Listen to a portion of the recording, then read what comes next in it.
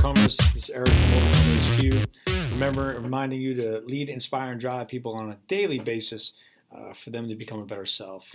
And we are back now with episode number 2 or step number 2, if you will, of the 5 motivational principles for discipleship and followership. And yesterday we talked about knowing their name.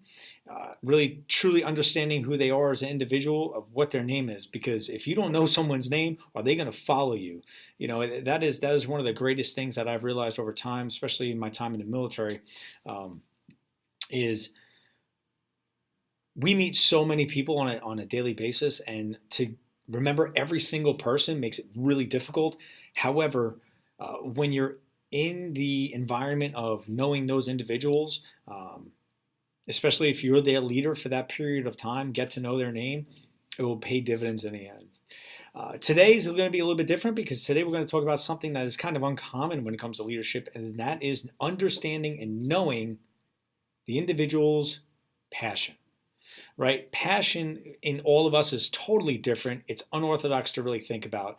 But I would say this: if you know what people's passions are, then you will essentially understand what drives them and makes them tick to become successful in what they want to accomplish. Now, today I'm wearing my Team RWB shirt, right? Because Team RWB is a veteran organization that I am truly passionate about. Right now I serve as their veteran engagement director, and they do things to help enrich veterans' lives through social and physical activity, right? And knowing that as a passion of mine, I love to run. I love to get out there and really beat the street and beat a trail, and just get out there and kind of see what's out there in life while I'm running. And now that you know that passion about me, you would know that's just one little piece about who I am, right? But let's turn this back around on, do you know that about your people, right? Do you know that the passion about that individual and what makes them really want to do better, right? To know someone's passion is to know and understand their individuals' joys, passions, hobbies, and personal story. Now, those individuals may not want to share that story with you right away, because it takes time to build trust. However, when they do start to break out and they do start to build that trust with you, eventually they're going to share something about themselves with you that they're going to essentially want to be, I don't want to say confidential, but something just between you and them. If someone shares their joys, passions, hobbies with you and personal story, that is not your time to go as a leader and tell everybody about it. It's just not. What that is them, the individual, building a relationship with you and sharing with you what they want to accomplish in life. So for instance, right, just a piece of my personal story, I grew up in a really difficult time. I grew up in a broken home. I did a lot of silly stuff when I was younger. But today, who I am today, all stems from where I once was in my life. I'm not going to share my entire personal story with you, but I wasn't so smart when I was younger, and all of that today has given me the insight to help lead the individuals that are struggling with caring and broken home and wanting to find out what is their desire and what is their gift and what is their passion, to help align them with those things that they truly see as their passion and their drive and their motivation. But remember, that really does come from building trust. Understand the individual, understand the target audience, understand what they are, who they are, and where they are in whatever line they're speaking of, right? Be specific in what you're trying to accomplish here, right? And don't try to be all things to all people. There are individuals out there that are jack of all trades, master of none. I am one of them. I know that. That is one of my greatest weaknesses. It is not a strength. However, I do know that some of my greatest strengths is I relate to a lot of individuals. When I've done numerous strength finders and personality tests and things of that nature, I know that I relate well to others. I am empathetic. I can understand and I can listen. But I'm not going to try to be everything to everyone. I've learned that the hard way. And really what that does is it diminishes trust, right? So you want people to share their story with you, but then you start to become everything they need you to be, and then it manipulates you to become something that you're not, eventually showing out, and then you start losing trust. So avoid that. That is not something that you want to do. Don't try to be everything to everyone. It's really not a benefit to you or the individuals that are coming to you. Okay, people are drawn to the activities that have a specific theme or topic. So if today, this week we're talking about discipleship and followership. As a leader, people think, well, I know everything. I'm not going to go down that road. I don't need to follow anyone. But I would say in the next few days, you're going to hear about that.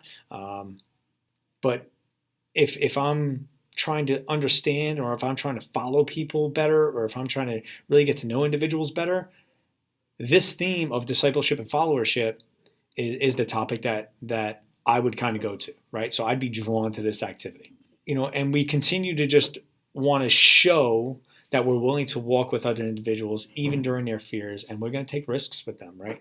As their leader, they're going to tell you, I want to do a number of things. And your job as their leader is to really just walk with them, right? They may not be good at what they're about to do.